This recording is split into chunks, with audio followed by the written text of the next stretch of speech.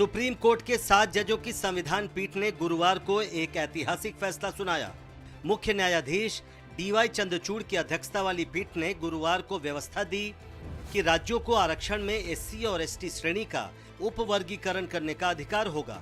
उपवर्गीकरण करके एससी और एसटी वर्ग में अधिक पिछड़ी जातियों को भी इसका लाभ मिल सकेगा।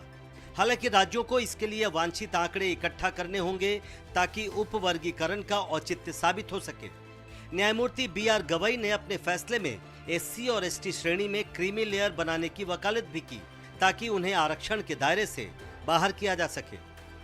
वैसे ये फैसला सर्वसम्मति से नहीं बल्कि 6-1 के बहुमत से सुनाया गया। न्यायमूर्ति बेला एम त्रिपाठी ने बाकी जजों से अलग फैसला सुनाया।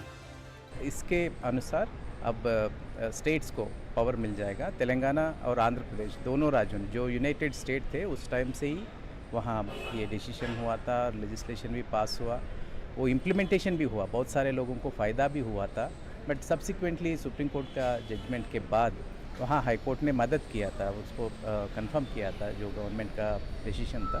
बट अल्टीमेटली यहाँ 5 मेंबर जजमेंट उसको जो आंध्र प्रदेश का सेट असाइड कर दिया था। बट फाइनली आज जो एक क्लैरिटी आया है कि सब categorisation within the SC reservation वो कर सकते हैं स्टेट्स। वो आज का सबसे अहम बात यह है कि कुछ ये भी, लेकिन एक कैप भी लगाया, कंडीशन भी सुप्रीम कोर्ट ने लगाया कि ऐसा नहीं कोई भी स्टेट अपनी विम्स के जरिए लगा दे, अपनी मर्जी से लगा दे इसको, पॉलिटिकली या कोई भी है, उस तरह नहीं करना है। जो भी है एम्पिरिकल डाटा से करना है।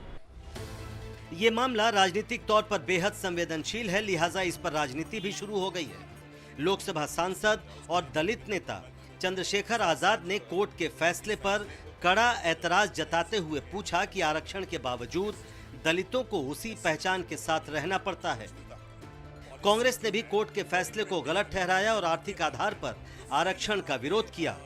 वहीं सरकार की सहयोगी लोक जनशक्ति पार्टी रामविलास ने भी सुप्रीम कोर्ट के फैसले का विरोध किया है। हाँ, इसके लिए फिर आंकड़े जुटाने की जरूरत है, किनको मिल गया किनको नहीं मिला, उसके लिए जातिगत जनगणना की जरूरत है। साथ साथ जो है इस फैसले को देने वाले जजों में कितने SC/ST के हैं इसकी जानकारी करना बहुत जरूरी है, क्योंकि SC/ST के दर्द को SC/ST से बेहतर कोई नहीं समझ सकता, क्योंकि वो झेलता है। एक आदमी दूर से बैठ के किसी दर्द को महसूस करता है, एक आदमी उसको झेल के आता है। तो इसमें SC/ST कितने जज थे, जिन वकीलों ने सपोर्ट किया वो उसमें SC/ST कितने थे, किन पार्टी जुड़े हुए थे, जिन्होंने इसको अपोज किया उनमें कितने SC/ST जुड़े हुए थे, वो कौन सी पार्टी जुड़े हैं, उनका मकसद क्या है, इन सब चीज़ों को समझे बगैर और पूरे फैसले को पढ़े बगैर, पूरे तथ्यों को जाने बगैर जस्टिस बेला द्विवेदी ने इसको अपोज किया है।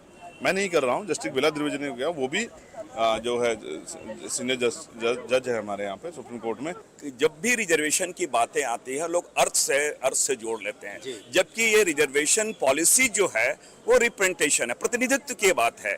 तो फिर यहाँ पे इकोनॉमिकली बैकवर्ड और वो सारी चीज़ें आ कहाँ से जाती है।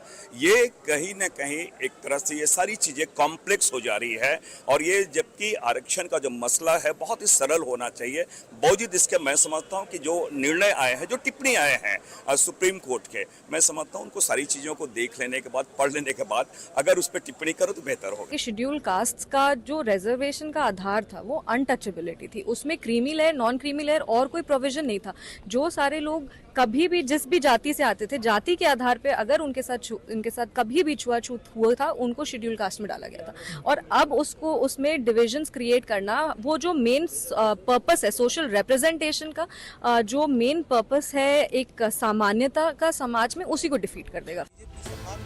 हालांकि बीजेपी सांसद और उत्तर प्रदेश के पूर्व पुलिस महानिदेशक ब्रिजलाल ने कोर्ट के फैसले को सही ठहराया। ब्रिजलाल ने कहा कि एक अधिकारी और एक मजदूर के बच्चे की तुलना नहीं हो सकती है, जिसे आरक्षण की ज्यादा जरूरत है। समाजवादी पार्टी ने भी फैसले का स्वागत किया है। दलित वर्ग में, ST वर्ग में जो गजेटेड अफसर हो चुके हैं, IAS IPS हो गए, MP हो गए, मंत्री हो गए, उनके बच्चों को इसका आरक्षण नहीं मिलना चाहिए। इस वर्ग के उन बच्चों को मिलना चाहिए जिनके माँ बाप गरीब हैं, किसान हैं, मजदूर हैं, खेतिहत मजदूर हैं, रिक्शा चला रहे हैं। अगर ये नहीं होगा तो ये वर्ग जो ऑलरेडी संपन्न हो चुका है, जितने सुविधाएं हैं, आरक्षण है, वो लेता रहेगा। और वो गरीब जो कभी कभी लोग बड़ा कहते हैं हम गरीब, दलित, किसान, नौजवान, वो अगर नहीं मिला तो वो वहीं के वहीं रह जाएंगे। बहुत शानदार फैसला है, बहुत शानदार फैसला है। और हम समाजवादी लोग आज से नहीं 60 के दशक से इन बातों की मांग कर रहे थे और उस पर माननीय न्यायालय ने आज मोहर लगाकर ये बात साबित होती है कि समाजवादियों की जो मांग थी बहुत जायज़ मांग थी, न्याय संगत मांग थी। ज़रूरतमंदों के लिए हम लोग लगातार संघर्ष कर रहे थे और मैं सोचता हूँ माननीय न्यायालय के फैसले के बाद तो सरकार को अपनी नीति में, अपनी नीयत में बदलाव करना चाहिए। संविधान पीठ ने 2004 में ईवी चिन्नैया मामले में दिए गए 5 जजों के उस फैसले को पलट दिया जिसमें कहा गया था कि SC/ST में उपवर्गीकरण नहीं किया जा सकता है। नई दिल्ली से आशीष भार्गव के साथ प्रशांत, NDTV इंडिया।